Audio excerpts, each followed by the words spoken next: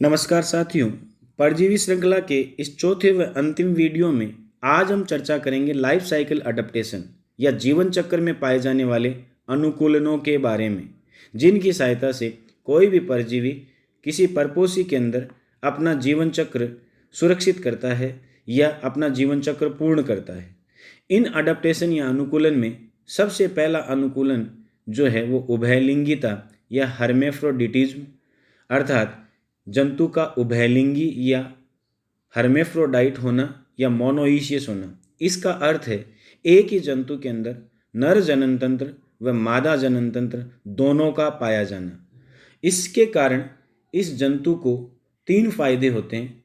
पहला फायदा कि यदि परजीवी कम संख्या में भी हैं तो भी उनमें कॉपुलेशन या मैथुन की क्रिया निश्चित रूप से होती है, क्योंकि उन्हें किसी दूसरे साथी को ढूंढने की आवश्यकता नहीं होती। उसके खुद के ही शरीर में नर जनन तंत्र व मादा जनन तंत्र दोनों पाए जाते हैं। दूसरा कि यदि कॉपुलेशन या मैथुन हो गया तो 2 जंतु यदि ऐसा कर रहे हैं तो दोनों ही अंडे देंगे या दोनों ही संतान उत्पन्न करेंगे। तीसरा कि इसमें एक जंतु अकेला है तो भी संतान उत्पन्न कर सकता है, क्योंकि जननांगों के सेट या जननांग दोनों प्रकार के हैं, वो इसके शरीर में पाए जाते हैं। इसलिए इसे किसी विपरीत साथी को ढूंढने की आवश्यकता नहीं होती। ये जो घटना है इसको यदि हम सेस्टोडा, जो कि हम ये कह सकते हैं कि प्लैटीहेल्मिन्थीज का अंतिम वर्ग है सेस्टोडा, जो मुख्य रूप से परजीवियों का वर्ग माना जाता है और परजीवी अनुकूलन हेतु उसमें अत्यधिक विशेषताएं हैं वो विकसित हो जाती है। सेस्टोडा में टीनिया सोलियम, टीनिया सेजिनेटा, डाइप्लीडियम, मोनिजिया, कोटुग्निया, इन सब को शामिल किया गया है। इन जंतुओं में टीनिया सोलियम के प्रत्येक परिपक्व देह खंड में नर व मादा जननांगों का एक एक समुच्चय या सेट पाया जाता है, और ये सेट या समुच्चय कंप्लीट होता है, जैसा कि आप इस नीचे के चित्र में देख पा रहे हैं कि यहाँ पे टीनिया सोलियम का ये जो एक खंड है, इस खंड के अंदर जननांग, नर जननांग और मादा जननांग दोनों विकसित होते हैं। और ऐसे कई खंड या सैकड़ों की संख्या में ऐसे सेगमेंट्स या खंड जिन्हें प्रोग्लोटिड्स कहते हैं वो टीनिया सोलियम के एक शरीर में पाए जाते हैं। इसी तरह मोनिजिया और डाइप्लीडियम तथा कोटुग्निया में ऐसे जननांगों के 2-2 सेट प्रत्येक खंड में पाए जाते हैं, यानी टीनिया सोलियम की तुलना में डबल सेगमेंट या दोहरे खंडों का पाया जाना, या एक तरह से कह सकते हैं कि एक ही सेगमेंट में जननांगों की संख्या डबल होना, जिसके कारण उनके अंदर प्रजनन क्षमता दुगुनी हो जाती है। इस घटना के तहत हम ये कह सकते हैं कि जीवन चक्र में लैंगिक जनन है वो सुनिश्चित हो जाता है। दूसरी विशेषता जो लाइफ साइकिल में इनके पाई जाती है वो जनन तंत्र का या जननांगों का अत्यंत विकसित हो जाना। ये कहा जाता है कि पैरासाइट जनन के लिए ही जीते हैं, ताकि ज़्यादा से ज़्यादा मात्रा में अपनी संतानें उत्पन्न करें और अपनी वंश वृद्धि करके अपनी जाति के अस्तित्व को बनाए रखें। इस स्ट्रेटजी के तहत इनके जननांग जो होते हैं वो अत्यंत विकसित हो जाते हैं। अत्यंत विकसित होने में हम ये कह सकते हैं कि ज़्यादा मात्रा में अंडे उत्पन्न करने में, अंडों को उचित स्थान प्रदान करने में सुविधा होती है। और ये कहा जाता है कि इन जननांगों को विकसित होने पर स्थान प्रदान करने के लिए शरीर के सारे अन्य जो संरचनाएं हैं वो रिड्यूस हो जाती है या ह्रासित हो जाती है या समाप्त हो जाती है, जिससे इन जननांगों को स्थान मिल सके। इसके कारण हम ये कह सकते हैं कि ज़्यादा मात्रा में जो संतानोत्पत्ति है वो संभव होती है। इसके बाद में तीसरी विशेषता हाई फर्टिलिटी रेट, उच्च प्रजनन दर। उच्च प्रजनन दर या हाई फर्टिलिटी रेट का तात्पर्य है कि प्रतिदिन दिए जाने वाले अंडों की संख्या या जीवन काल में दिए जाने वाले अंडों की संख्या। 3 डेटाज स्क्रीन पर उपलब्ध हैं, फेशियोला, टीनिया और एस्केरिस। फेशियोला में जो मादा जनन तंत्र है उसके द्वारा 10 लाख अंडे उत्पन्न किए जाते हैं अपने जीवन काल में। इसी तरह टीनिया सोलियम में प्रत्येक प्रोग्लोटिड के द्वारा 30 से 40,000 अंडे उत्पन्न किए जाते हैं। एस्केरिस की मादा अपने जीवन काल में लगभग 5 करोड़ अंडे देती है। तो अंडों की ये उच्च संख्या जो है वो ये सुनिश्चित करती है कि यदि इनमें से अधिकांश अंडे नष्ट भी हो जाएं तो शेष रहें अंडों में से ही परजीवी है वो उत्पन्न हो सकें और उनकी जाति का अस्तित्व है वो बना रह सके, क्योंकि ये अंडे जब त्यागे जाते हैं तो इन्हें वातावरणीय परिवर्तनों का सामना करना पड़ता है, जिसके कारण अंडों के नष्ट होने की संभावना बढ़ जाती है। जैसे कि यदि हम बात करें कि एस्केरिस की मादा के द्वारा मानव की स्मॉल इंटेस्टाइन में दिए जाने वाले अंडे चूंकि स्मॉल इंटेस्टाइन में आगे डेवलप नहीं हो सकते, इसलिए वो मल के साथ शरीर से बाहर निकलते हैं और मिट्टी में मुक्त हो जाते हैं।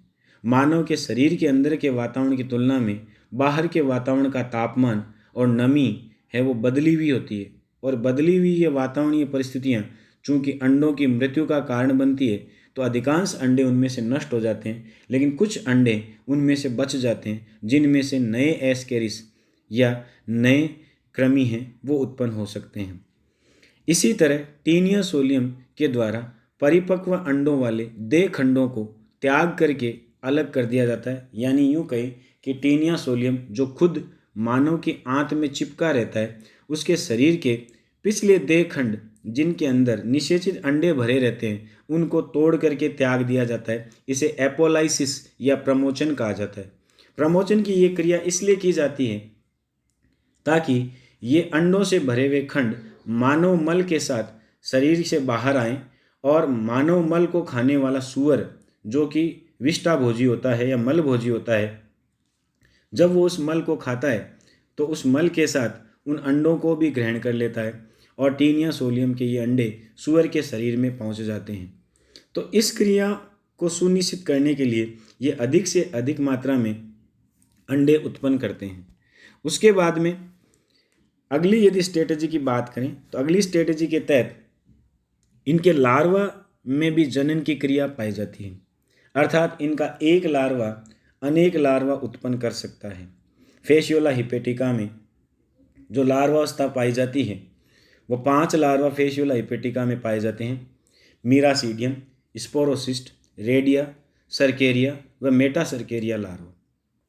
इनमें से रेडिया लार्वा अनेक सर्केरिया लार्वा को उत्पन्न करता है। इसी तरह हम ये कह सकते हैं कि स्पोरोसिस्ट के द्वारा अनेक रेडिया लार्वा उत्पन्न करते हैं।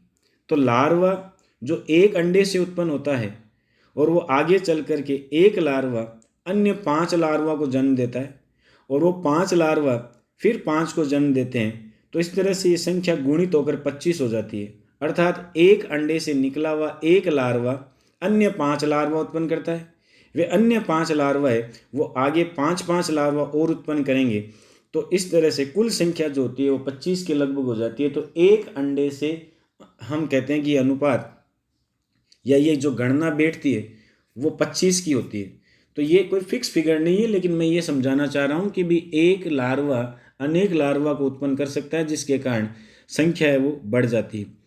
फेशियोला हिपेटिका की जो 5 लार्वा है इनको कॉम्पिटिटिव एग्जाम में पूछा जाता है, पहली लार्वा कौन सी अवस्था है, दूसरी लार्वा अवस्था कौन सी है। तो इनको याद रखने का एक तरीका है MSRCM। MSRCM में M for miracidium, S for sporocyst, R for redia, C for cercaria और M फॉर मेटासर्केरिया। तो ये MSRCM इस एक युक्ति के द्वारा 5 लार्वा है उनका क्रम आप याद कर सकते हैं। फिर अगली स्ट्रेटजी के रूप में हम ये कहते हैं कि ये लार्वा जो होते हैं वो लार्वा जटिल जीवन चक्र के द्वारा या हम ये कह सकते हैं कॉम्प्लेक्स लाइफ साइकिल के तहत एक परपोषी से दूसरे परपोषी में स्थानांतरण में मददगार होते हैं। यानी हम ये कहें कि परजीवी जो होते हैं वो अपना जीवन चक्र किसी एक ही परपोषी में पूरा न करके 2 परपोषियों में सामान्यतः पूरा करते हैं। हालांकि सभी परजीवियों में ऐसा नहीं होता, लेकिन जिनमें ऐसा होता है उनको हम द्विपरपोषी जीवन चक्र वाले परजीवी के नाम से जानते हैं। इसमें टीनिया सोलियम, फेशियोला हिपेटिका। इसके अलावा आप कह सकते हो कि प्रोटोजोआ के तहत प्लाज्मोडियम, ये कुछ ऐसे उदाहरण हैं जो 2 परपोषियों के अंदर अपना जीवन चक्र पूरा करते हैं। 2 परपोषियों में जीवन चक्र पूरा करने का उन्हें ये लाभ होता है कि यदि किसी एक परपोषी की मृत्यु हो जाए तो भी वो दूसरे परपोषी में अपने आप को जीवित रख पाते हैं। तो जीवन चक्र की ये विशेषताएं किसी भी पैरासाइट या परजीवी को सफल जीवन पूरा करने में मददगार होती हैं। ये विशेषताएं सभी परजीवियों में पाई जाती है, लेकिन चूंकि अपना ये टॉपिक जो है वो हेलमिन्थ्स है, उन पे ऊपर फोकस है, तो हम लोग इसको इसी के अंतर्गत पढ़ते हैं। परजीवी श्रृंखला के 4 वीडियो मैंने बना करके अपलोड किए हैं। हालांकि ये संख्या ज़्यादा है, लेकिन जैसा कि मैंने पीछे बताया था कि ज़्यादा बड़ा वीडियो अपलोड करना मुश्किल होता है, तो ऐसी स्थिति में छोटे छोटे वीडियो बना करके डालने पड़ रहे हैं। उम्मीद है आप लोग इसको समझ पाएंगे। इन वीडियो के PDF मैं आगामी जो पीरियड्स होंगे या आगामी जो क्लासेज आपकी होगी उसमें आपके व्हाट्सएप ग्रुप पे अपलोड करता रहूँगा। धन्यवाद।